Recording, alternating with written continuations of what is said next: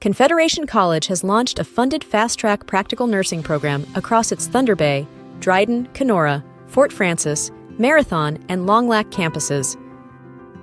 This limited-time opportunity aims to make nursing education more accessible. This special cohort, supported by the Ministry of Health, allows students to complete a 2-year program in just 16 months. It combines hands-on training with classroom learning, equipping graduates to provide expert care in healthcare settings. Tuition, fees, uniforms, textbooks, and some travel costs for labs are covered for eligible students. This new funding removes some financial barriers for students interested in pursuing a nursing career. The program is open to Canadian citizens and permanent residents. Interested applicants must submit their applications by March 7, 2025, with classes commencing on March 10th. Only the application fee through OCAS is required. This initiative makes nursing education more accessible and directly addresses the pressing need for skilled healthcare professionals.